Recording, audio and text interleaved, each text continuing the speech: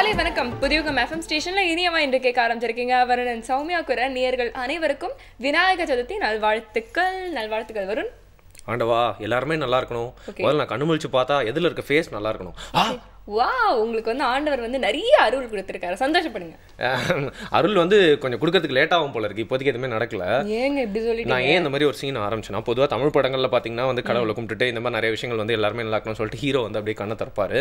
அதுல வந்து கதை ஆரம்பிக்கும். அதே மாதிரி நம்ம ஷோக்கும் இன்னைக்கு வந்து இந்த சிறப்பான நாள்ல வந்து கடவுள் கூட சேர்த்தே ஒரு தொடக்கத்தை கொடுக்கலாம் அப்படின்னு சொல்லிட்டு பக்தி மார்க்கமா நான் போயிட்டேன். கிரேட். இன்னைக்கும் பாத்தீங்கன்னா வந்து கடவுள் சம்பந்தப்பட்ட ஒரு தினம் தானே, அதை பத்தி தானே இன்னைக்கு நாம வந்து பேசுறோம்.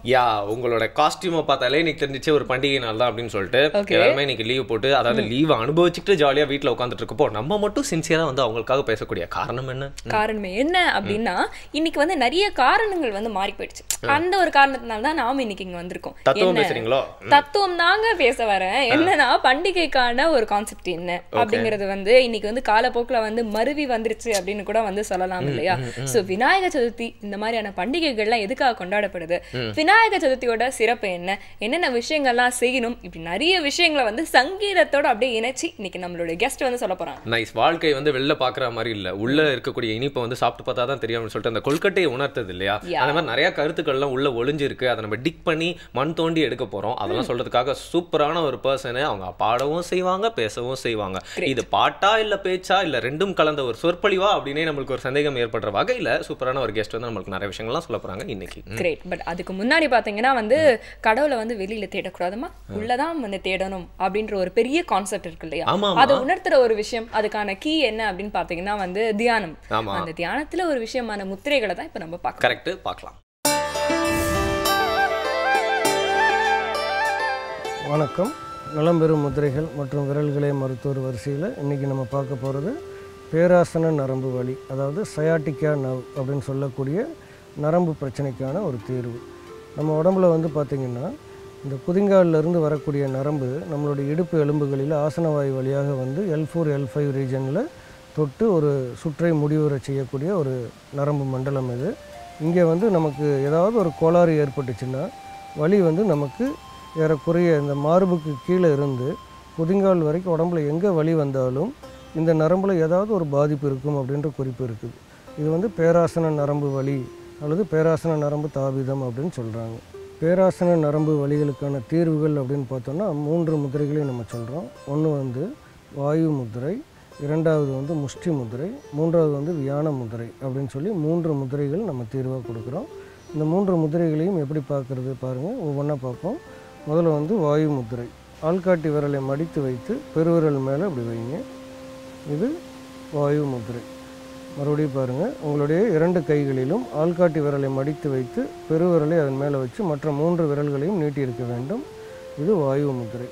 இரண்டாவது முதிரை வந்து முஷ்டி முதிரை. உங்களுடைய கைகளில் இறுக்கமாக மூடி மோதிர விரல் மேலே பெருவிரலை வைக்கணும். இது முஷ்டி முதிரை. மூன்றாவது முதிரை வந்து பார்த்திங்கன்னா வியான முதிரை அப்படின்னு சொல்லுவோம். இது எப்படி செய்கிறது, உங்களுடைய பெருவிரல் நுனியோடு ஆள்காட்டி விரல் நுனியை சேர்க்குறீங்க. இந்த ஆள்காட்டி விரலினுடைய நகத்தின் மேலே நடுவிரலை வச்சு அப்படி ஒரு அழுத்தம் கொடுக்கணும். மற்ற 2 விரல்களும் இப்படி நீட்டி வைக்கணும். இந்த முதிரைக்கு பேர் வந்து வியான முதிரை. இந்த வியானன் என்ற வாயுவானது நம்ம உடம்புல எங்கே இருக்குதுன்னு கேட்டிங்கன்னா, நிற்பது, நடப்பது, ஓடுவது, உட்காருவது, எழுந்திருப்பது, தூங்குவது போன்ற பலவிதமான செயல்களை செய்யக்கூடிய வேலைகளெல்லாம் இந்த வியானன் வாயுவுக்கு பொருத்தமானது. ஆக நம்மளுடைய செயல்களில் ஏதாவது ஒரு பாதிப்பு ஏற்படுதுன்னா அதில் இந்த வியானன் வாயுவும் பாதிக்கப்பட்டிருக்குன்னு அர்த்தம்.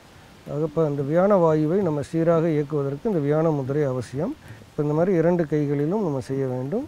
இப்போ செய்யும்போது உங்களுடைய மோதிர விரலும் சுண்டு விரலும் இப்படி நேராக வரல அப்படின்னா உங்களுக்கு அந்த பேராசன நரம்பில் வந்து ஏதாவது ஒரு கோளாறு இருக்குதுன்னு அர்த்தம். நம்மளுடைய செயல்பாடுகள்லையும் ஏதாவது ஒரு கோளாறு இருக்குதுன்னு அர்த்தம். அதாவது நம்மளுடைய செயல்கள் அப்படின்னா நிற்பது, எழுந்திருப்பது, நடப்பது, ஓடுவது, குதிப்பது போன்ற செயல்கள், ஒரு இடத்துலேருந்து இன்னொரு இடத்துக்கு நம்ம நகரக்கூடிய செயல்களில் ஏற்படக்கூடிய இடர்பாடுகள் எல்லாமே இந்த வியானனுடைய வாயுவினால் ஏற்படக்கூடியது. இப்போ நம்ம செய்யக்கூடிய முதிரைகள் பார்த்திங்கன்னா 3 முதிரைகள். முதல் முதிரை வாயு முதிரை, இரண்டாவது முதிரை முஷ்டி முதிரை, மூன்றாவது முதிரை வியான முதிரை. இப்படி செய்யணும். இந்த 3 முதிரைகளையுமே ஒன்றன் பின் ஒன்றாக செய்ய வேண்டும். பேராசன நரம்பு வலிக்கான மூலிகை தீர்வு அப்படின்னு பார்த்திங்கன்னா 2 கீரைகள் இருக்குது நம்மகிட்ட. கீரைகள் வந்து மிகவும் உபயோகமான பொருட்கள், சமையலில் வந்து நம்ம கவனமாக வச்சுக்கிற வேண்டிய ஒரு பொருட்கள்.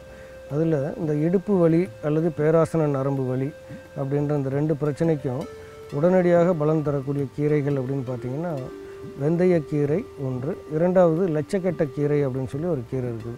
இந்த கீரையை எடுத்து நம்ம சாதாரணமாக சமைச்சு சாப்பிட்ற மாதிரி சமைச்சு சாப்பிட்டோம்னா உடனடியாக அந்த பேராசன நரம்புகளில் இருக்கக்கூடிய வாயுக்கள் எல்லாம் விலகி நமக்கு அந்த வலிகள் குறைவதற்கு உதவியாக இருக்கும்.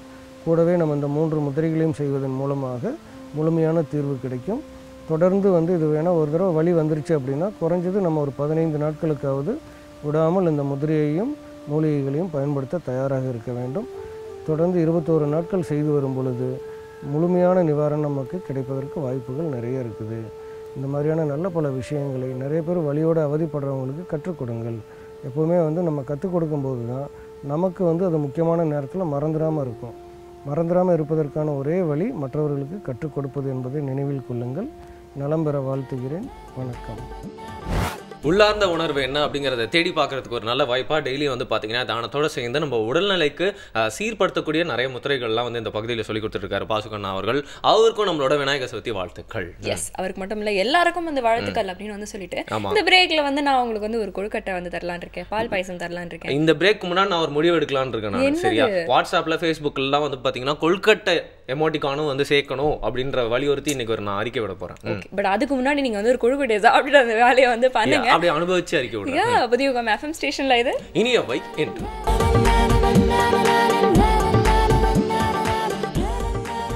Welcome back. புதிய FM ஸ்டேஷன்ல திறந்து கேட்டுட்டு இருக்கீங்க. இனியவை இன்று விநாயகர் சதுர்த்தி ஸ்பெஷல்ல நம்ம பேசிட்டு இருக்கோம்.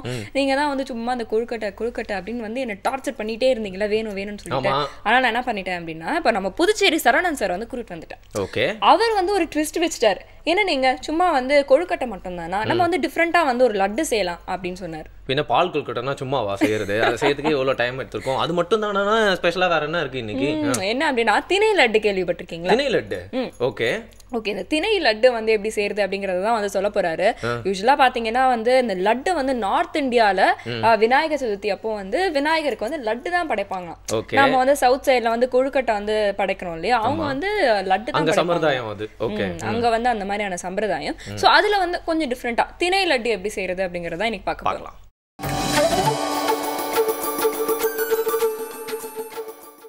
அனைவருக்கும் வணக்கம். இன்றைய பசுமை உணவுகள் பகுதிக்கு உங்களை வரவேற்கிறேன். இன்றைக்கி நம்ம செய்ய போகிற உணவு திணை லட்டு.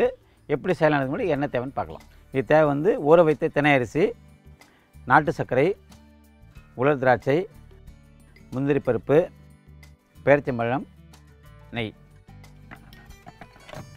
முதல்ல கொஞ்சம் முந்திரி பருப்பு இது போடணும். ஓகே, இது கூட கொஞ்சம் பேரிச்சம்பழம் போட்டுருக்கோம். எந்த லட்டு செஞ்சாலுமே சாதாரணமாக நம்ம இயற்கை உணவில் பேரிச்சம்பழம் தான் பேஸ், அதான் பைண்டர். அதனால் பேரிச்சம்பழம் பயன்படுத்துவோம்.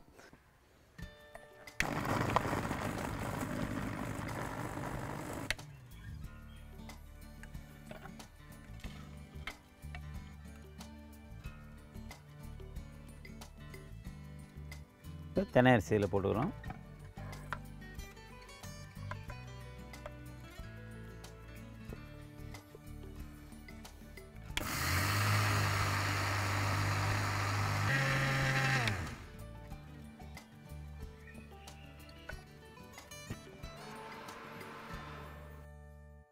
இந்த திணை பார்த்தீங்கன்னா முதல் வேகத்தில் அரைக்கும் போது அது மாவாயிடும். அந்தளவுக்கு மாவு அரைச்சாலே போதும். ரொம்ப நைஸாக அரைக்க வேண்டிய அவசியம் இல்லை. கொஞ்சம் குறைவாக அரைச்சாலும் ஓகே தான். இப்போ இது கூட நாட்டு சர்க்கரை கலந்துக்கலாம்.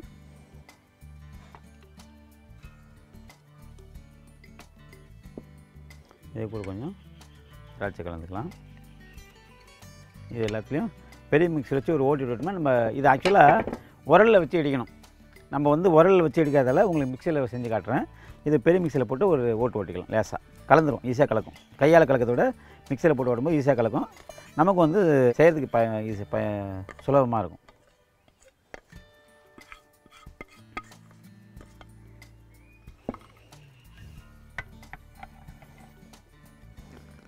இது அரைக்க தேவையில்லை. சாதாரணமாக அந்த கலக்கிறதுக்காக ஒரு பிளெண்ட் பண்ணால் போதும். ஐஸ் பேட்டரில் பிளெண்ட் பண்ணுற மாதிரி.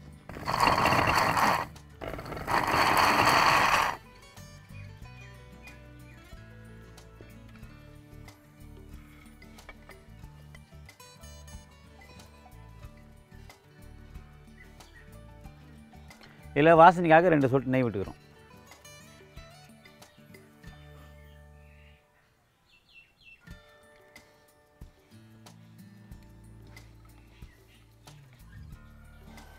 மீதி இருக்கிற கொஞ்சம் முந்திரி பருப்பு, கொஞ்சம் திராட்சையில் போட்டுக்கலாம்.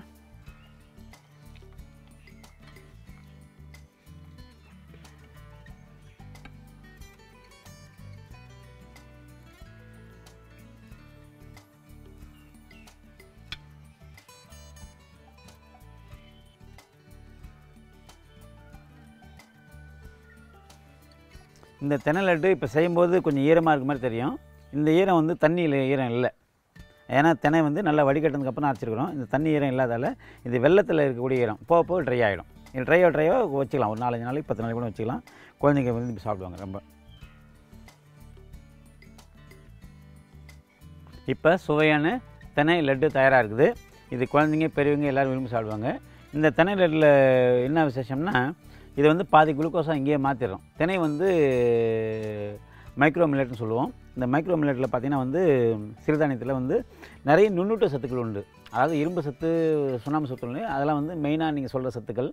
அதிக நுண்ணூட்டம், மைக்ரோ நியூட்ரிஷன் சொல்கிறது, நுண்ணூட்ட சத்து அதிகமாக இருக்குது. குழந்தைங்க சாப்பிடும்போது பார்த்திங்கன்னா வந்து ஷார்ப்பாக மூளைலாம் ஷார்ப்பாக வேலை செய்யும். ரொம்ப சுறுசுறுப்பாக இருப்பாங்க. நல்லா பசி எடுத்து அடுத்த வேலை உணவு நிறையா சாப்பிடுவாங்க. கடவுளுக்கும் இந்த மாதிரி உணவு வந்து படைக்கிறது ரொம்ப நல்லது. இன்ஸ்டண்ட்டாக செஞ்சு படைக்கலாம். வேறு ஏதாவது எதுவும் செய்ய முடியல, நெய்வேத்தியம் செய்ய முடியல, இந்த மாதிரி உணவுகளை செஞ்சு படைக்கலாம். ஏன்னா கடவுளுக்கு பார்த்திங்கன்னா அந்த காலத்துலேருந்து தேங்காய், வாழைப்பழம், வெத்தலை பாக்கு, எலுமிச்சை மலை சமைக்காத உணவுகளை தான் படைச்சிட்டு வந்தாங்க. அது மாதிரி ஒரு உயர்ந்த ரகத்தில் இருக்கிற இது ஒரு உணவு வகை. இது உருவத்தை தான் மாற்றிருக்கோமே தவிர இதை வந்து சமைக்கலை. ரொம்ப நல்ல உணவு. வேறு ஒரு பசுமை உணவோட அடுத்த நேரத்தில் சந்திக்கலாம்.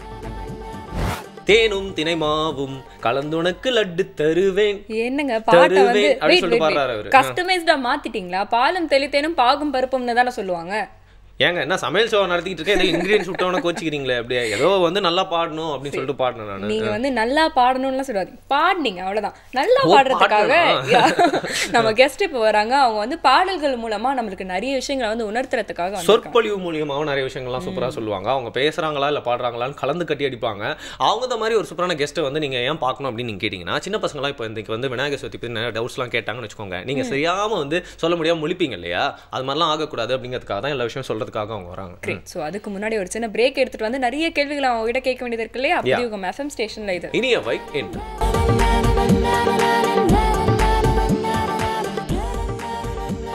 Welcome back. புதியுகம் FM ஸ்டேஷன்ல தொடர்ந்து கேட்டுட்டு இருக்கீங்க இனியவை. என்று விநாயகர் சதுர்த்தி ஸ்பெஷல்ல இன்னைக்கு நாம வந்து பேசிட்டு இருக்கோம். பண்டிகைனாலே வந்து நிறைய கலர்ஃபுல்லா இருக்கும், ரொம்ப சந்தோஷமா இருக்கும். அதெல்லாம் தாண்டி ஒரு பண்டிகைக்கு வந்து ஒரு சிறப்பு இருக்கு.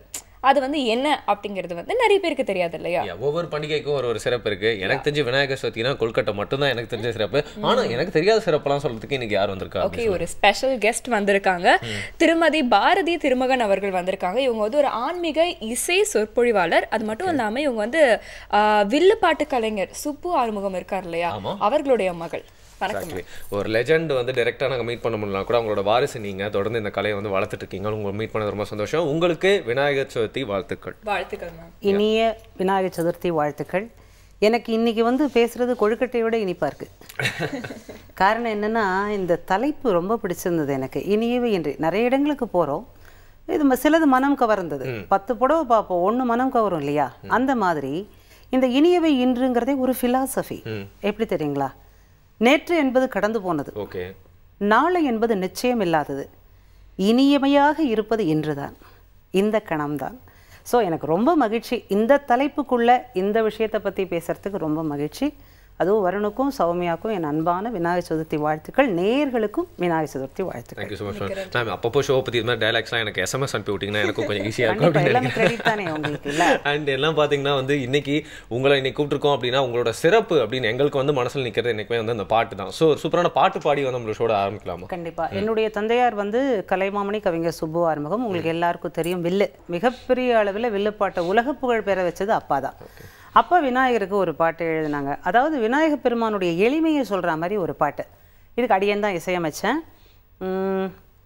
தெய்வங்களே வணங்கும் பிள்ளையாரே, தெருச்சந்தியில் குந்தியதென்ன பிள்ளையாரே, கொஞ்சம் பெரிய தொந்தி பிள்ளையாரே, இன்னும் கொழுக்கட்டை கேட்பதென்ன பிள்ளையாரே, அம்மையப்பாவை சுற்றி பெற்ற கனி இன்னும் அப்படியே வைத்தது என்ன பிள்ளையாரே, அன்புடன் உன்னை நம்பி கும்பிடுவோர்க்கு இந்த அருங்கனியை தர ஓ பிள்ளையாரே பிள்ளையாரே. புலியும் மஞ்சும் வடிவும் ஆனை முகத்து ரூபம் எலி மீது அமர்ந்தது என்ன பிள்ளையாரே, ஆலயங்கள் உலகில் 1000 இருந்தாலும் ஆத்தங்கரையை தேடும் பிள்ளையாரே பிள்ளையாரே தொந்தி பிள்ளையாரே. தெய்வங்களே வணங்கும் பிள்ளையாரே, தெருச்சந்தியில் குந்தியதென்ன பிள்ளையாரே, கொஞ்சம் பெரிய தொந்தி பிள்ளையாரே, இன்னும் கொழுக்கட்ட கேட்பதென்ன பிள்ளையாரே, கொழுக்கட்ட கேட்பதென்ன பிள்ளையாரே. எப்படி இருக்கு? அது என்னது மேம்? இது பேர் ஜால்ரா. ஓகே. ஒரு குடும்பம் நல்லா இருக்கணும்னா முதல்ல இதை வாங்கி கொடுத்துரும். அப்ப எல்லா குடும்பத்திலயும் இது இருக்கணும்ங்கறீங்க? கண்டிப்பா வாங்கிடணும். யார் கையில மேம் இருக்கணும்? பொதுவா மனைவி கையில 2 இருக்கணும். ஒண்ணு கணவன் சொல்றதுக்கு நம்மளும் ஆமாம் போடணும். மனைவி கையில இருக்கிறத கணவன் கையில கொடுத்து, எப்பா நான் சொல்றதுக்கு எல்லாம் சொன்னீங்கன்னா வம்பே இல்லைங்க. ஒரு திருக்குறளை 2 வரிய யாராலும் பிரிக்க முடியுமா? அப்படி ஒரு கணவனும் மனைவியும் இருவரி திருக்குறள் மாதிரி இருக்கிறதுக்கு இந்த ஜால்ரா ரொம்ப உதவும். குடும்பத்துக்கு மட்டும்தானா? குடும்பம் தானே ஆதாரம். இந்த பண்பாடு நம்ம பேசுறது எதுல இருந்து ஆரம்பிக்குது? இப்ப விநாயகர் சதுர்த்தி என்னமா ஆபீஸ்க்குள்ள எடுத்துட்டு போலாமா? கண்டிப்பா எடுத்துட்டு போங்க. எங்கெங்க போடணுமோ ஆனா போடுற இடம் தெரிஞ்சு போடணும். தெரியாத இடத்துல போட்டுற கூடாது. ஒரு சின்ன கருவில வந்து பாத்தீங்கன்னா வந்து ஒரு பெரிய விஷயத்தையே வந்து நீங்க வந்து சொல்லிட்டீங்க. நிச்சயமா இருக்கு. எங்க அப்பா 7 வயசுல எனக்கு இது வாங்கி கொடுத்ததுமா. இன்னைக்கு இந்த தேவார திருவாசகம் பாடுறது இன்னைக்கு அது தலைமுறையா தொடர்ந்துட்டு வருது. என் பிள்ளை வரைக்கும் நான் ஜால்ரா வாங்கி கொடுத்துட்டேன். ஏன்னா அது நம்ம சொல்றதுக்கு ஆமா போடுறது, நான் சொல்றது கொள்கையே தவிர தாளத்தோடு பாடக்கூடிய ஒரு அற்புதமான இசை கருவி. ஆதார தாளம், ஆதார ஸ்ருதின்னு கேள்விப்பட்டிருப்பீங்க. ஆதார தாளம் எல்லாராலையும் யூஸ் பண்ண முடியும். நிச்சயமா. ஆனா வந்து இந்த டெக்னிக்கலா எங்களுக்கு வந்து புரியலனாலும் அந்த பாட்டு நீங்க பாடும்போது கடைசியா அதை யூஸ் பண்ணும்போது தான் இன்னும் அந்த ஒரு பெப் வந்து அதுல ஜாலியா வந்து ஆச்சு. அழகான வெண்கல ஓசை அது இல்லைங்களா? ஆனா வந்து நீங்க நிறைய விஷயங்கள் வந்து நீங்க வந்து ஆரம்பிக்கும் பொழுதே உங்களுக்கு நிறைய விஷயங்கள் உங்களுக்கு தெரியும். உங்ககிட்ட நாங்க நிறைய விஷயங்கள் வந்து கேட்டு தெரிஞ்சுக்கிறோம் அப்படிங்கிறது தெரியும். சோ உங்களுடைய தொடக்க காலங்கள் பத்தி வந்து சொல்லுங்க. நீங்க வந்து எப்படி வந்து வளர்ந்தீங்க, நீங்க உங்க அப்பா கிட்ட என்னென்ன கத்துக்கிட்டீங்க, அதே மாதிரி வந்து இப்போ நீங்க ஆன்மீக சொற்பொழிவாளரா இருக்கீங்களே அதை பத்தியும் சொல்லுங்க. அதாவது என்னோட 7 வயசுல என்ன எங்கள் அப்பா மேடை கூட்டு போனாங்க. இது மேடை அப்படின்னு தெரியாத வயசுல கூட்டு போனாங்க. அப்போ கூட அந்த மேடையினுடைய பண்பாடு கலாச்சாரம் எனக்கு 2-3 பாட்டு பாட தெரியும். ஒரு பாட்டு என்ன, கற்பூர நாயகியே கனகவல்லி, இந்த பாட்டு பாடுவேன். அப்புறம் கணேச சரணம் சரணம் கணேசா விநாயக பெருமானுக்கு பாடுவேன். இப்படி 2-3 பாட்டு. அந்த 2-3 பாட்டு தான் இப்போ அப்பா என்னை வந்து இன்று மேடையிலே உங்கள் முன்னாடி அமர்ந்து பேசுகிறோம்னா அத்தனை பெருமைக்கும் எங்கள் அப்பாவும் அம்மாவும் தான் காரணம். பல நாட்கள் மேடையில், சில நாட்கள் வீட்டில், இப்படி தான் வில்லுப்பாட்டு வளர்ந்தது. வில்லுப்பாட்டு கலைஞர் தான் அப்பா. கலைவாணருக்கு வில்லுப்பாட்டு எழுதி கொடுத்தவங்க, கலைவாணருக்கு திரைப்படங்கள் எழுதி கொடுத்தவங்க. அப்படியே அந்த ஞானத்தால் 1964 முதல், நான் பிறக்கிறதுக்கு 7 வருஷத்துக்கு முன்னாடியிலேருந்து அப்பா வந்து அந்த வில்லுப்பாட்டை வச்சுட்டே வந்தாங்க. அப்படியே வளர்ந்து வளர்ந்து வளர்ந்து நானும் 7 வயசுலேருந்து வந்து அப்படியே தொடர்ந்து வந்து வில்லுப்பாட்டுங்கிறதுங்க ஒரு பெரிய பாசறை. ஒரு மனிதனுக்கு இயல், இசை, நாடகம் 3 அறிவும் இருந்தால்தான் அதில் உட்கார முடியும். பேச தெரிஞ்சவன் பேச்சு மேடைக்கு போயிடுவான், பாட தெரிஞ்சவன் பாட்டு மேடைக்கு போயிடுவான், நடிக்க தெரிஞ்சவன் நாடக மேடைக்கு போயிடுவான். 3ம் தெரிஞ்சாதான் இதுக்குள்ளே உட்கார முடியும். ஆனால் இவ்வளோ இதில் இருக்குன்னு இதுக்கு தெரியல பார்த்தீங்களா? அதுதான் அதனுடைய வெற்றியே. அதனால தான் இன்னும் யாரும் அதுக்குள்ளே வர முடியல. ஆனால் வரலங்கிறதும் கவலையாக தான் இருக்குது. குழந்தைகள் இதை ரொம்ப பிடிச்சிக்கிறாங்க. பல பள்ளிகளுக்கு நாங்கள் போய் சென்று வில்லுப்பாட்டை சொல்லி கொடுக்குறோம். காரணம் என்னென்னா அந்த கலை அழிஞ்சிடக்கூடாது அப்படிங்கிறதுனால. இன்றைக்கி நான் உங்கள் முன்னாடி இருக்கிற காரணம் அந்த வில்லுப்பாட்டு குடும்பத்தில் நான் பிறந்ததுனால தானே. எங்கள் அம்மா எனக்கு பாட்டுன்னு இப்போ நீங்கள் பாடுனீங்களே, எனக்கு அம்மா மகாலட்சுமி சுப்புவாரமும் தான் அப்பா முதல்ல பாட்டு கற்றுக்கோன்னு சொன்னது.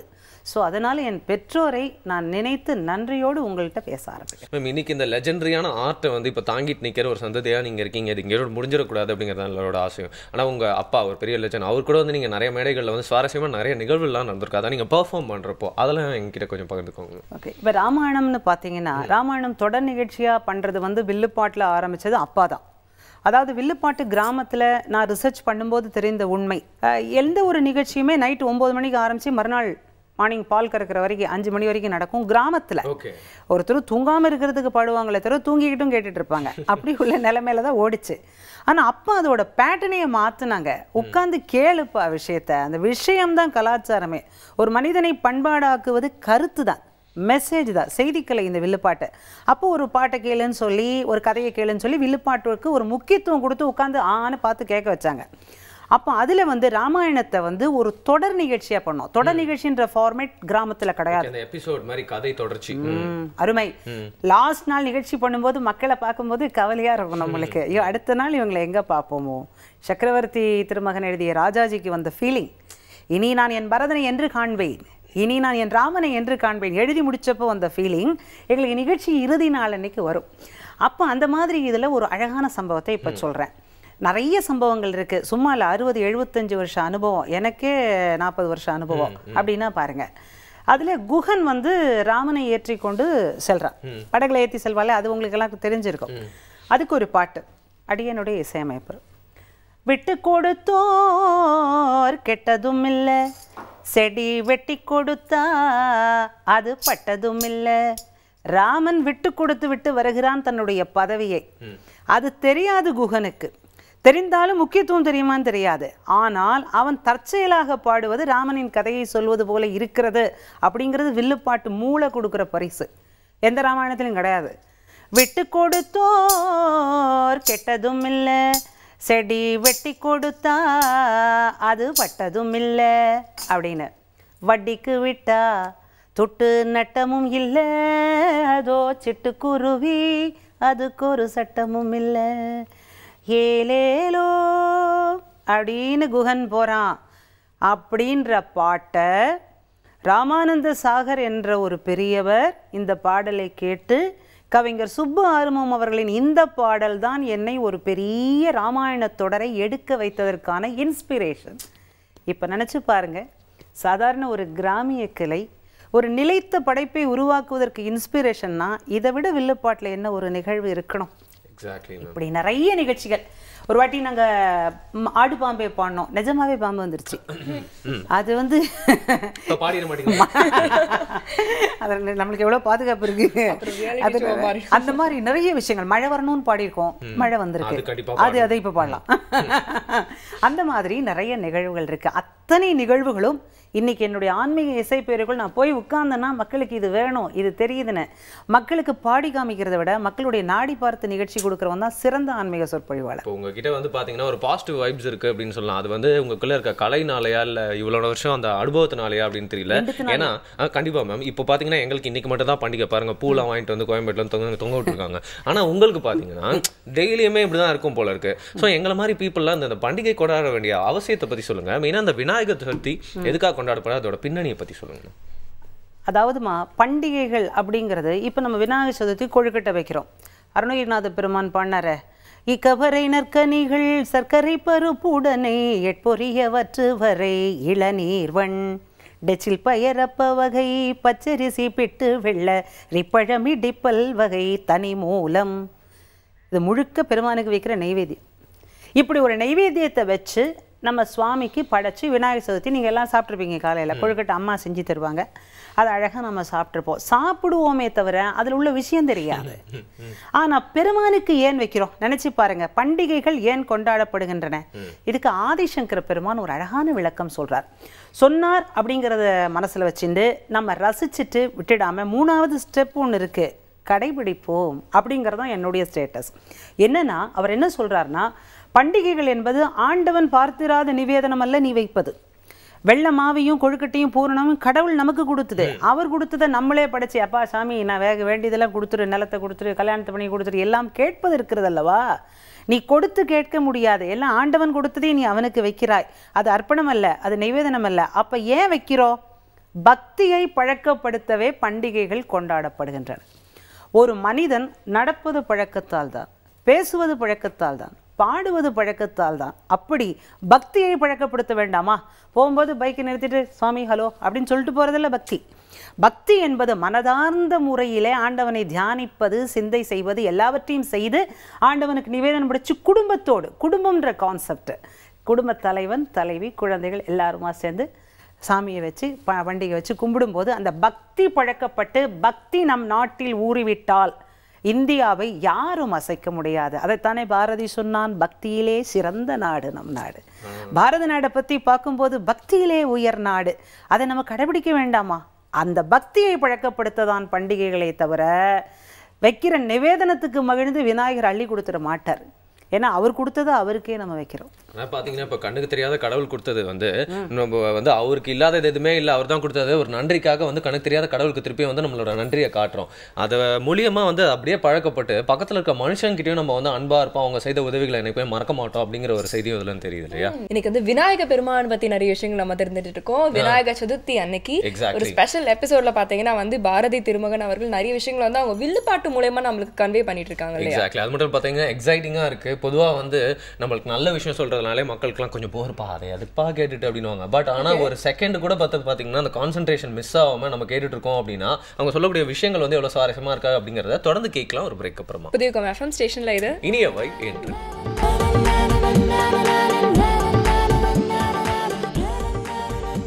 Welcome back again. இனியவன் நிகழ்ச்சியை புதியுகம் FM ஸ்டேஷன்ல இந்த சிறப்பான நாளில் கேட்டு என்ஜாய் பண்ணிருக்கீங்க. இந்த பண்டிகை நாளில் வந்து இந்த பண்டிகையை நம்ம கொண்டாடி சும்மா போறது மட்டும் இல்லாமல் அதை பற்றி நிறைய விஷயங்கள் உண்மையாக தெரிஞ்சுக்கணும் அப்படிங்கிறதுக்காக தான் இந்த முயற்சி மேம கூப்பிட்டு நிறைய விஷயங்கள் கேட்டுருக்கோம் அப்படின்னு சொல்லலாம் இல்லையா? நிச்சயமா. அதை பற்றி இன்னும் நிறைய கேள்விகள் வேற இருக்கு. ஸோ தொடர்ந்து பேசலாம். ஸோ இன்னைக்கு வந்து விநாயகர் சதுர்த்தி அப்படிங்கிறதால விநாயகர் கதை ஏதாவது ஒரு சின்ன கதை எங்களுக்காக சொல்ல முடியுமா? கண்டிப்பாக சொல்கிறேன். அதாவது வந்து விநாயகருக்கு கல்யாணம் ஆச்சா இல்லையா அது வந்து ஒரு பட்டிமன்றம் வச்சு விவாதிக்க வேண்டாம். அது என்னன்னா அவருக்கு கல்யாணம் ஆகாததுக்கு ஒரு கதை சொல்லுவாங்க. அது எனக்கு ரொம்ப பிடிக்கும். நம்ம மேடைகளில் சொல்கிற கதை தான் அது. அதாவது விநாயகர் என்ன பண்ணியிருக்காரு, சின்ன வயசில் இருக்கும்போது உங்களை மாதிரி சின்ன குழந்தைகளுக்கு பிடிச்ச கதை அது. என்ன பண்ணியிருக்க, ஒரு பூனை வந்திருக்கு அந்த பக்கமாக.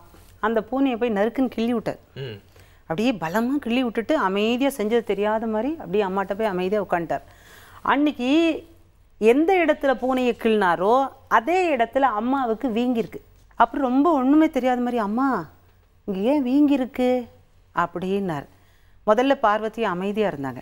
கொஞ்ச நேரம் கழித்து அவருக்கு துடிக்குது, என்னென்னு தெரிஞ்சுக்கணும், தெய்வம் அல்லவா, நமக்கு நீதி சொல்லதான் அவர் துடிக்கிறார்.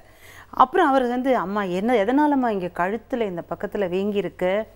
அதுவா விநாயகா நீ இன்னைக்கு ஒரு பூனையை கிள்ளியோ அப்படின்னே.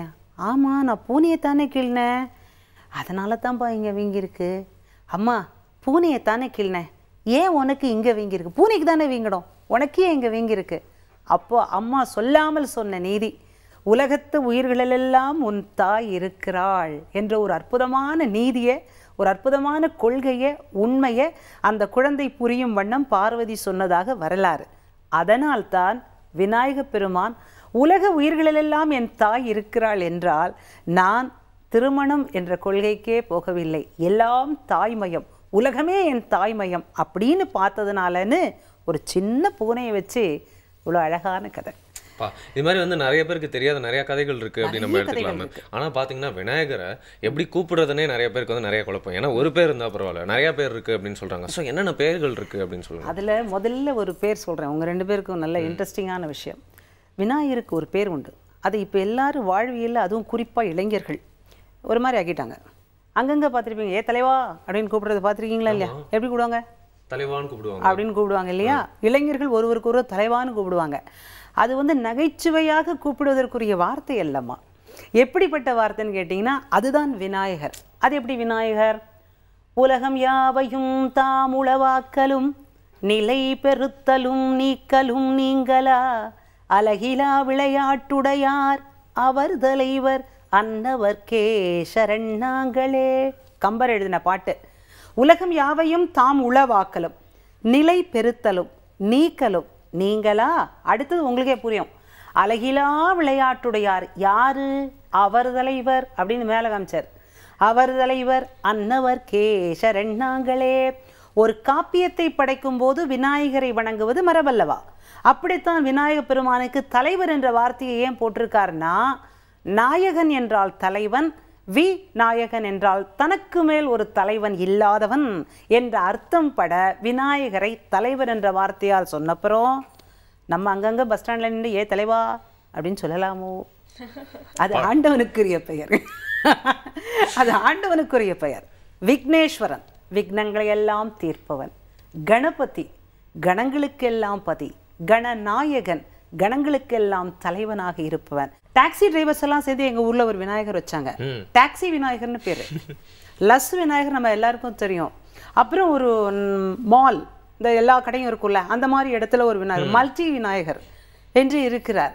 இப்படி வந்து விநாயகருக்கு எந்த பெயரை வேண்டுமானாலும் வைக்கலாம். இப்போ சமீபத்தில் நாங்கள் ஒரு ஐடி கம்பெனிக்குள்ளே போயிட்டு வந்தோம். அந்த விநாயகருக்கு பேர் ஐடி விநாயகர், சைபர் விநாயகர். இந்த பிள்ளையார் அப்படிங்கிற பேரு அழகா கேட்டீங்க. கருவிற்குள் இருந்து அந்த குழந்தை வெளியே வந்தவுடன் எல்லாரும் கேட்குற வார்த்தை என்ன? இந்த பிள்ளை யாரு? யார் பிள்ளை? யாரு இந்த பிள்ளை? யாரு இந்த பிள்ளை? யாரு அப்படின்னு கேட்போம். ஆக ஒரு மனிதனுக்கு பெயர் வைப்பதற்கு முன்னாடி அவன் எந்த பெயரை தாங்கி வருகிறான் என்றால் இந்த பிள்ளையார் பெயரை தான் தாங்கி வருகிறான். இன்னைக்கு வந்து விநாயகருடைய இந்த உருவ சிறப்பு பத்தி சொல்லுங்க. இதுக்கான காரணம் என்ன? அது மட்டும் இல்லாம வந்து அது மூலமா என்னென்ன நன்மைகள் அப்படின்னு சொல்லுங்க. அதாவது நம்ம விநாயக பெருமான்னு பார்க்கும்போது அது ஒரு படம், உற்று நோக்கினீங்கன்னா அது ஒரு பாடம். நிறைய விஷயங்கள் அந்த உருவம் நமக்கு சொல்லித் தருது. நம்ம பூஜை பண்ணுறதோ, நைவேத்தியம் வைக்கிறதோ, சுவாமிக்கு மாலை போடுறதோ, அந்த உருவத்து சிறப்பை வழிபாடு பண்ணுறதோ முக்கியம்தான். அதை விட முக்கியம் அந்த உருவங்கள் சொல்லும் சிறப்புகளையும் பாடங்களையும் மனிதன் ஏற்று நடந்தான் என்றால் இன்னும் நல்லாயிருக்கும்.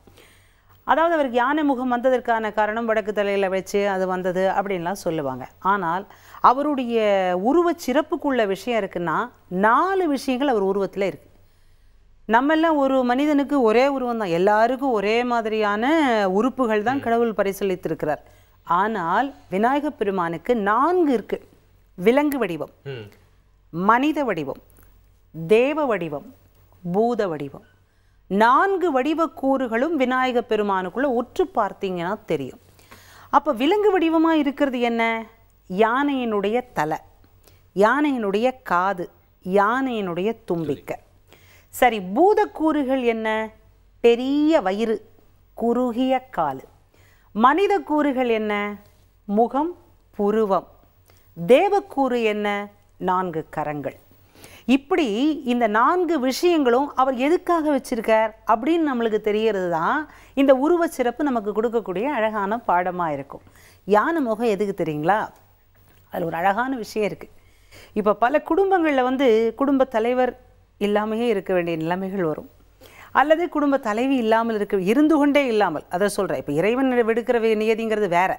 ஆனால் அந்த யானைகளுக்குள்ள எப்படின்னா, யானை வந்து மூத்த யானை தலைமையில் தான் அனைத்து யானைகளும் நடக்கும். இது வந்து ஒரு கட்டுப்பாடு. இந்த கட்டுப்பாடை இந்த யானை முகம் சொல்லி கொடுக்கும்போது அதை நம்ம கடைபிடிச்சா என்ன, அது வந்து பிரியவே பிரியாது. ஒரு பெரிய யானை போனதான் இது அப்பா யானை, இது அம்மா யானை, இது குழந்தைகள் என்று சொல்லிவிடலாம். நீங்கள் கூட சிற்பங்களில் பார்த்தீங்கன்னா ஒரு 5 யானை ஒன்றா போகிற சிற்பம் பார்த்துருப்பீங்க. அந்த தத்துவம் தெரியாமலோ தெரிந்தோ வைத்திருக்கக்கூடிய சிலை தான் அது. அவ்வளோ அழகான கற்பனை அதில். அதே மாதிரி தும்பிக்கை எதுக்கு இருக்குன்னா, வாய மூடுறா மனுஷனேன்னு சொல்கிறார், வேற ஒன்றும் சொல்லலை. பேசியே ஆளை ஏமாத்துது. எல்லாரையும் தான் சொல்கிறேன், நம்மளையும் சேர்த்து தான். மனிதனை வந்து அதிகமாக பேசாமல் இருக்கிறதுக்கு தான் அந்த வாயை மூடிய தும்பிக்கையே கொடுத்துருக்கிறார். அப்புறம் அதே விலங்குதில் காது இருக்குது. காது ஏன் பெருசாக இருக்குது? இப்போ நமக்கு சின்னதாக இருக்கிற காதுக்குள்ளே ஒயர் மாட்டின்னு இருக்குது. பல மனிதர்கள் உயிரை நம்பியோட ஒயரை நம்பி தான் வாழ்க்கை நடத்திட்டு இருக்காங்க. ஆனால் அந்த காது எதுக்காக இருக்குன்னு கேட்டிங்கன்னா, நீ வந்து பேசுவதை விட கேட்பதை பெரிதாக்கு, கேட்பதை பெரிதாக்கு. செல்வத்துள் செல்வம் செவிச்செல்வம் அச்செல்வம் சொல்லுவாங்க இல்லையா? அந்த மாதிரி கேள்வி செல்வம், கேள்வி ஞானம். உங்களுக்கு ஒரு பெரிய விஷயம் சொல்கிறேன். பல முயன்று படிக்கும் குழந்தைகளை விட கேள்வியான குழந்தைகள் நல்லா பாடிடும். ஆக கேள்வி செல்வத்துக்கு அவ்வளோ முக்கியத்துவம் அந்த விலங்கு உருவம் கொடுத்திருக்கிறது. சரிங்களா? அப்புறம் அந்த பூதக்கூறு, பெரிய வயிறு, குறுகிய கால். அதில் பெரிய வயிறு எதை தெரியுமா சொல்லுது? அழகான விஷயம். இந்த உலகத்தில் எத்தனையோ குழந்தைகள் சாப்பிடாமல் இருக்காங்க, எத்தனையோ பேர் வறுமையால் சாப்பிடாமல் இருக்காங்க. அப்போது சாமி என்ன சொல்லுது? பிள்ளையார் சாமி நமக்கு என்ன சொல்லுது? என்னுடைய பெரிய வயிறு எதனால் என்றால், என் வயிறு நிறைந்திருப்பதனால் எனக்கு பெரிய வயிறாக இருக்கிறது. இந்த உலகத்திலே ஒருவனுக்கு வயிறு நிறைந்தால் தீங்கிழைக்க மாட்டார். குற்றங்கள் மலிவது எதனால்? பசியினால், தேவையினால், அந்த பசியினால். ஒருவனுக்கு பசி வராமல் எந்த ஒரு சமுதாயம் பார்த்து கொள்கிறதோ அங்கு அது பெரிய வயிறு, நிறைந்த வயிறு என்றைக்கும் தீங்கிழைக்காது. அதனால் ஒருவருக்கொருவர் ஒரு மனிதனுடைய வயிற்றை நிரப்புவதற்கு என்ன கருணை செய்ய முடியுமோ செய்யுங்கள். எனக்கு நைவேத்தியம் வைக்கிறது இருக்கட்டும். பிள்ளையார் பால் குடிச்சார்னு ஒரு கதை நம்ம கேட்டிருக்கோம் இல்லையா? அது மாதிரி பிள்ளையார் திடீர்னு கொழுக்கட்டை சாப்பிட்டானா வைக்க மாட்டோம், நம்ம அப்புறம் பயப்படுவோம். என்னடா சாப்பிட்டாரே அப்படின்னு யோசித்து பயப்படுவோம். அந்த மாதிரி மனிதனுக்கு கொடுத்து, மனிதா நீ மனிதனுக்கு கொடுத்து அவன் வயிறை நிறைந்த வயிறாக்கு. கருணையின் மூலமாக கடவுளை தரிசிக்கலாம் அப்படிங்கிறது அந்த தத்துவம். மனிதனுடையது முகம், புருவம். அது எல்லாருக்கும் தெரிஞ்ச விஷயம். அதே போல் தேவக்கூறு, இப்படி இந்த 4 கூறுகளும் ஒவ்வொரு விஷயத்தை மனிதனுக்கு சொல்லுமாறு விநாயகர் படம் அல்ல, விநாயகர் ஒரு பாடம். நிறைய கதைகள்லாம் நம்ம வந்து கேட்டுப்போம் வரும். சின்ன வயசுல வந்து நிறைய கதைகள் வந்து கேட்டு வளர்ந்துருப்போம். அதுல வந்து பாத்தீங்கன்னா வந்து முக்கால்வாசி வந்து சுவாமி கதைகள் தான் வந்து இருக்கும். அது வந்து நிறைய பேர் வந்து கேட்பாங்க, நிஜமாலே வந்து விநாயகர் இப்படி பண்ணாரா, நிஜமாலே வந்து முருகர் இப்படி பண்ணாங்களா அப்படின்னு வந்து கேட்பாங்க. ஆனா பொதுவா ஒரு கதைகள் எதுக்கு அப்படின்னா வந்து நம்ம ஈஸியா வந்து ஒரு விஷயத்தை அண்டர்ஸ்டாண்ட் பண்ணிக்கிறதுக்காகத்தான் இல்ல. அது மட்டும் இல்லாம அண்டர்ஸ்டாண்ட் பண்ணிட்டோம்னு வச்சுக்கோங்க, அது மூலியமா வரக்கூடிய சேஞ்ச் வந்து ரொம்ப பெருசா இருக்கும். சோ ஓவரா ஆராயாம வந்து கரெக்டா அந்த விஷயத்தை புரிஞ்சுக்கலாம் அப்படின்னு நினைக்கிறேன். பட் ஒரு பிரேக் விட்டு தொடர்ந்து நிறைய क्वेश्चंस இருக்கு, டவுட்ஸ்லாம் இருக்கு மேம் கிட்ட கேட்கிறதுக்கு, பேசலாம். புதிய எஃப்எம் ஸ்டேஷன்ல இது இனிய வைப் என்று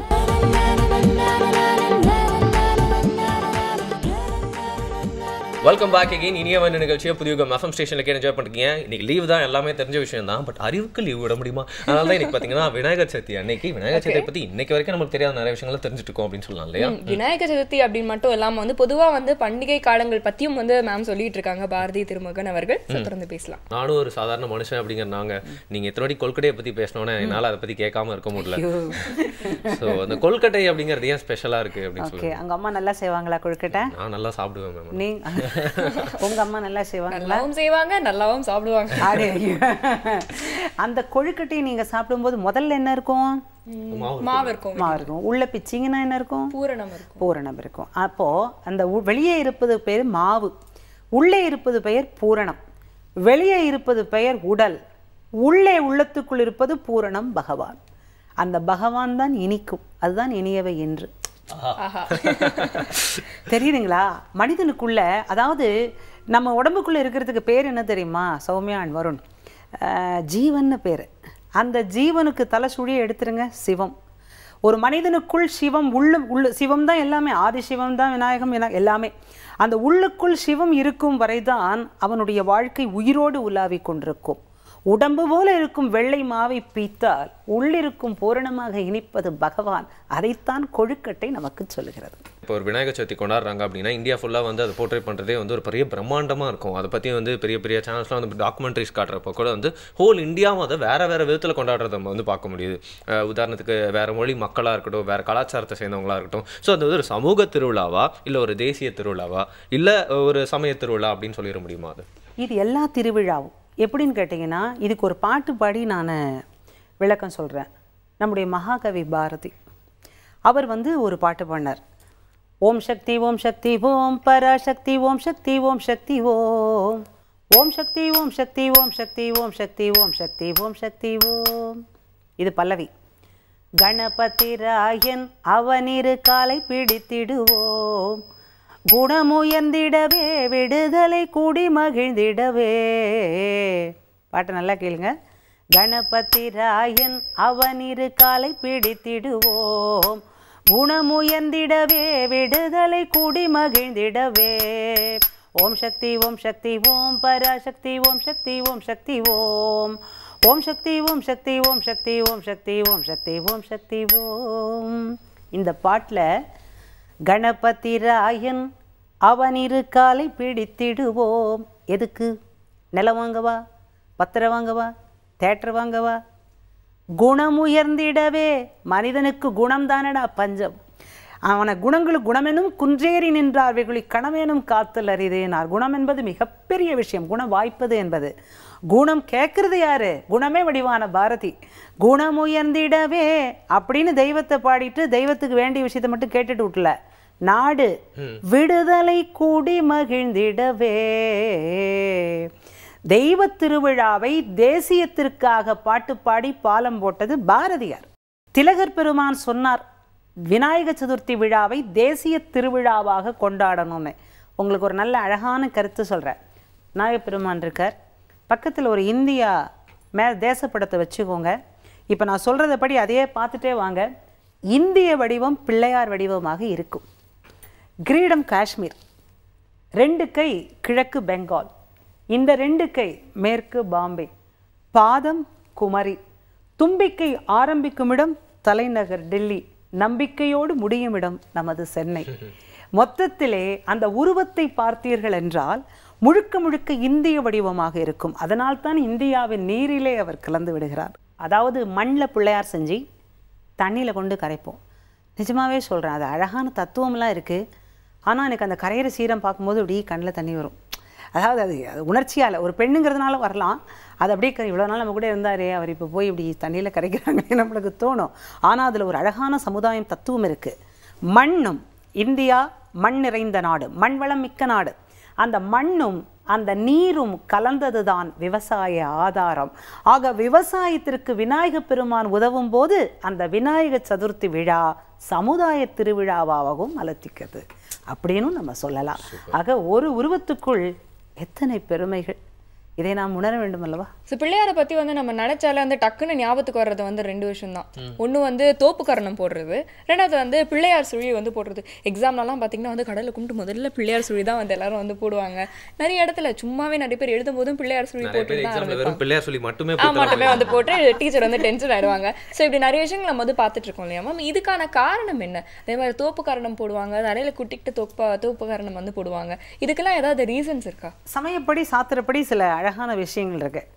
அதாவது உகரம், அதுதான் நம்ம பிள்ளையார் சுழியாக போடுறோம். பிள்ளையார் சுழி முன்னெல்லாம் பக்தியில் போட்டுட்டு இருந்தோம். இப்போ பேனா சரியாக எழுதுதான்னு பார்க்குறதுக்கு அப்படி ஒரு ஜஸ்ட் நம்ம போட்டு பார்க்குறோம். அது தப்பு. அதில் நம்ம எழுத்து அப்படி வரக்கூடாது. பிள்ளையார் சுழி என்பது வட்டமும் அதை சார்ந்த ஒரு கோடும். அந்த வட்டத்துக்கு என்ன அர்த்தம்னா அதுதான் நாதம். இச்சாசக்தி, ஆதி சக்தியிலிருந்து வந்த இச்சாசக்தி, கிரியாசக்தி, ஞானாசக்தி 3 சக்தியிலும் இருந்து வந்த ஒரு சக்தி. அதுவே நாதமாகி சுழன்றது. பின்பு அதோடு உலக சுழற்சியாக ஒரு கோடு சேர்ந்து அதைத்தான் பிள்ளையார் சுழியாக உலகம் முழுக்க நம்ம இருக்கிற தமிழர்கள், இந்து மக்கள் எல்லாருமே போட்டுட்ருக்கோம். எடுத்த காரியம் யாவினும் வெற்றின்னு பாரதி ஒரு பாடல் பாடினார். எங்கு நோக்கினும் வெற்றி மற்றாங்கே. அந்த வெற்றி பிள்ளையார் சுழி போட்டால் தான் கிடைக்கணும். அப்புறம் இந்த தோர்பி கரணம் போடுறது காரணம்னா தோப்பு கரணம் அல்ல, தோர்பி கரணம். தோர்பின்னா கைகள், கரணம்னா காது. அந்த இரண்டுக்கும் ஒரு சரியா சொல்ல போனால் விஞ்ஞானம் தரக்கூடிய ஒரு அழகான விஞ்ஞானம். அது உடலுக்கான பயிற்சியை அந்த தோர்பி கரணம் சொல்லுது. அதே மாதிரி இன்னொரு அழகான கதை, குட்டிக்கிறோம் இல்லையா, அது மட்டும் மனுஷன் ஜாக்கிரதையாக பார்த்து லைட்டாக குட்டுவான். அது நல்ல பலமாகவே குட்டலாம், தப்பில்லை. ஏன்னா அந்த காலத்தில் விபீஷணனே குட்டிருக்கார். அந்த குற்றத்துக்கு ஒரு கதை உண்டு. ராமர் விபீஷண பெருமானுக்கு எல்லா விஷயத்தையும் முடிச்சுட்டு ரங்கநாத விக்கிரகத்தை கொடுத்து அனுப்புகிறார். அப்போ அந்த ரங்கநாத விக்கிரகத்தை கொடுத்து அனுப்பும்போது திருச்சி வழியாக வரும்போது அங்கே அமர்ந்து ஆற்றில் குளிக்கணும்னு அவருக்கு ஆசை. அப்போ ஒரு சின்ன பையன் வரான். சின்ன பையன் வந்து இவர் கையில் ரங்கநாத விக்கிரகத்தை பார்க்குறான். பார்த்துக்கிட்டு அப்படியே பார்த்துக்கிட்டே இருக்கான். அப்போ அவர் சொல்கிறார், விபீஷணர், அப்பா இதை நான் இதை குளிச்சுட்டு வரேன், அது வரைக்கும் நீ கையிலே வச்சின்று அப்படின்னு சொல்கிறார். இந்த சிறுவன் என்ன பண்ணுறான், கையில் வச்சுட்டு இருந்தவன், அவர் போகிற வரைக்கும் கையில் வச்சுட்டு இருந்தவன் கொஞ்ச நேரம் கழித்து அப்படியே வச்சுட்டான். ரங்கநாத பெருமான் சிலையை திருச்சிக்கு பக்கத்தில் அப்படியே வச்சுட்டான். இப்போ புரிஞ்சுருக்கோம் உங்களுக்கு. வச்சுட்டான். வச்சதுக்கப்புறம் கொஞ்ச நேரம் கழித்து விபீஷணன் வரார். என்னப்பா நீ நான் வைக்காதேன்னு சொன்னேன்ல, நான் இலங்கைக்கு கொண்டு போவதற்கல்லவா எனக்கு பெருமான் கொடுத்தார் அப்படின்னு அவர் சொல்கிறார். அப்புறம் சொன்னாலும் வச்சுட்டான். வச்சவன் நான் வச்சுட்டேன் அப்படின்னு ஓடி போய்கொண்டே இருக்கிறான். ஓடுகின்றான் ஓடுகின்றான் ஓடுகின்றான், உச்சி மலைக்கே ஓடுகின்றான். அவன்தான் உச்சி பிள்ளையார். அவர் உச்சி பிள்ளையார் என்பது தெரிந்தவுடனே ஓடி வந்த விபீஷண ஆழ்வார் என்ன செஞ்சார் தெரியுமா? அப்பா பெருமானே, உன்னை நான் இப்படி கேட்டு விட்டேனே, வயது விட்டேனே, பிள்ளையார் பெருமானே, எல்லாவற்றிற்கும் நீதானப்பா முதல் காரணம், முதல் வெற்றி நீதானே என்று உன்னை இப்படி வயது விட்டேனேன்னு அவர் தன்னைத்தானே குட்டின்றார். அப்போ அப்படி குட்டும் போது அந்த குட்டும் பழக்கம் விநாயக பெருமானுக்கு பிடித்தது என்று ஒரு அழகான வரலாறு சொல்லுவார்கள். அந்த திருச்சிக்கு பக்கத்தில் இருப்பது உச்சிமலை பிள்ளையார். பிள்ளையார் வைத்த இடம்தான் ஸ்ரீரங்கம். இது புராண வரலாறு. மேற்கத்திய நாடுகள் எல்லாம் பாத்தீங்கன்னா வந்து ஸ்கூல் ஸ்டூடெண்ட்ஸ் வந்து தோப்புக்கரணம் போட சொல்றாங்க. எதுக்காக அப்படின்னா ரீசெண்ட் ரிசர்ச்ல வந்து கண்டுபிடிச்சிருக்காங்க, நம்மளுடைய காதுகள் இப்படி பிடிச்சி இழுக்கிறதால அது வந்து மூளைக்கு போகக்கூடிய நர்வ்ஸ் வந்து தூண்டி விடுதான். அதனால கான்சென்ட்ரேஷன் பவர் வந்து எக்கச்சக்கமா வந்து டிராஸ்டிக்கா இம்ப்ரூவ் ஆகுது அப்படிங்கறத கண்டுபிடிச்சிருக்காங்க. ஓகே, இனிமேல் நீங்க தப்பிக்கவே முடியாது. டெய்லி நம்ம இனிவென்ட் ஷோக்கு நீங்க வந்தீங்கன்னா ஒரு 10 தோப்புக்கரணம் போட்டு தான் வந்து உட்கார்றீங்க நீங்க. அப்ப வந்து நான் மட்டும் இல்ல, நீங்களும் தான் போடணும். அத பத்தி ஒரு சின்ன டிஸ்கஷன் நம்ம இந்த பிரேக்லயே பண்ணிக்கலாம். புதிய FM ஸ்டேஷன்ல இது இனியவை.